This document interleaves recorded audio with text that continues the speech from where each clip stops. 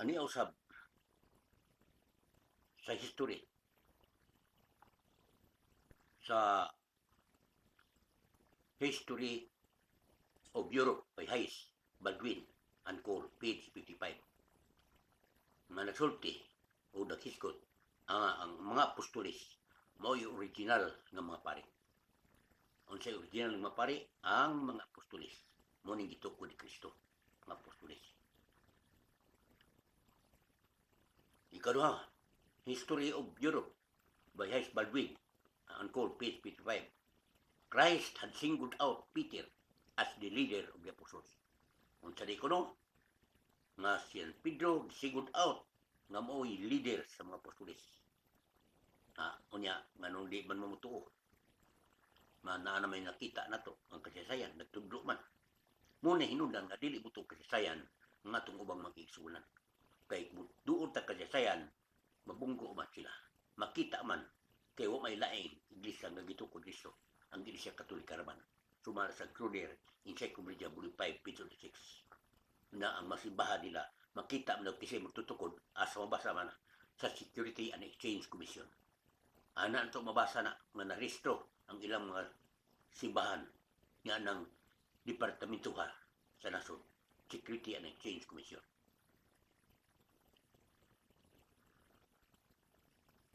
Yes, History of Europe by Hayes, Baldwin and Cole, page 55. But even as early as 95 AD, Saint Clement, Bishop of Rome, exhibited a strictly authoritative tone in a letter addressed to the Corinthians during the first century. Yaw mo na ka. First century pa. Diha na obispo. Isang obispo si Saint Clement. O sa World History by Arthur O'Brien, page 146. Muni mapahinabo, nagilutos ang simbahan. Daghanin tao yung mga nangulo simbahan nga gipanghunusan sa ilang taong kinabuhi. Ato mabasa, World History by Arthur O'Brien, page 146. Sign with the cross and venerations of the body of the martyrs came from most ancient times. Sunday was kept most holy during the time of the apostles.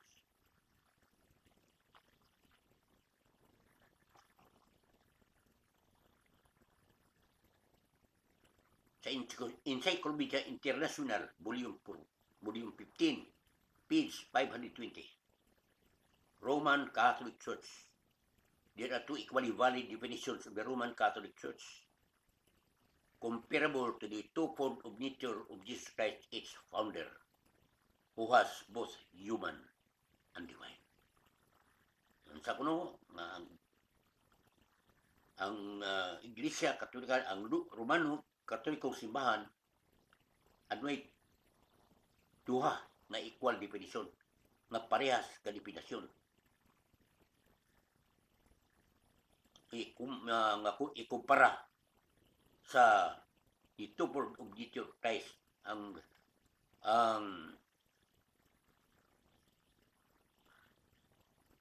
kay Kristo human and divine, comparable to the twofold of nature of Jesus Christ, its founder. Siya maugi founder sa maong simbahan, ang the Roman Catholic Church.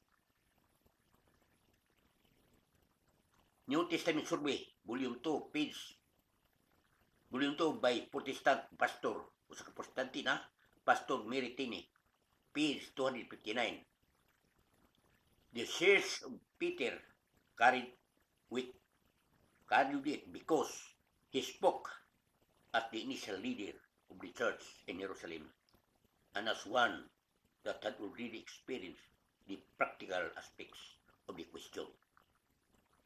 Ikaduha, Simon was his given name, Peter, rock.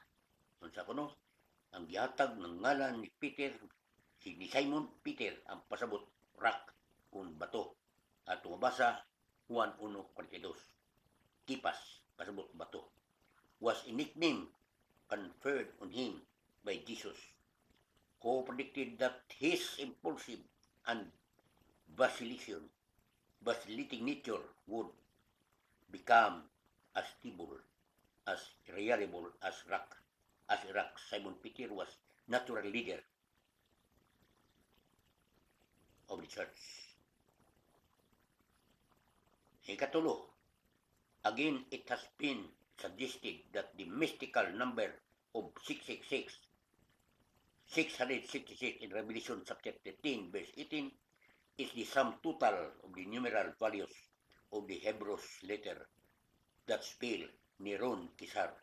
And therefore, the personage described in this chapter must be Nero. Isa, si Nero Kisar. Di ang taon ipahid sa Iglesia Katolika. Ang kadaw itong kaisunan kaya ipahid sa Iglesia Katolika. Sa tabi lang, di mo subay history. Mabitang importante ang history. Nga pala yung history. Ang pagbatuod ng sibang Katolik tukod ni Kristo. The New Book of Knowledge Encyclopedia, Volume 16, page 287. The history of the Roman Catholic Church began in Upper Rome in Jerusalem. 2,000 years ago, about 120 persons were gathered there. They were the followers of Jesus Christ, and they were awaiting of the coming of the Holy Spirit. He had promised to send them from heaven.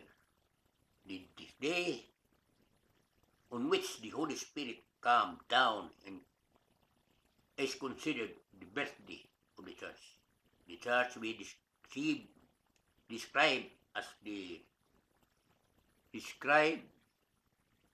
society that Jesus founded, which is vitalized by the Spirit of God and organized according to the structure which is established. The history of the Roman Catholic Church traces the doctrines of that society from the beginning until now. Tilagikan ito hangtod karon. Ang sa din si mana ni, ang Catholic Church gitukod ni Kristo asa sa Upper Rome in Jerusalem. Almost 2,000 years ago, about 120 persons were gathered there. Asa mo asa, naagyapos Biblia. Buhat, Kapitulo 1. Ato basahon. Nga niya,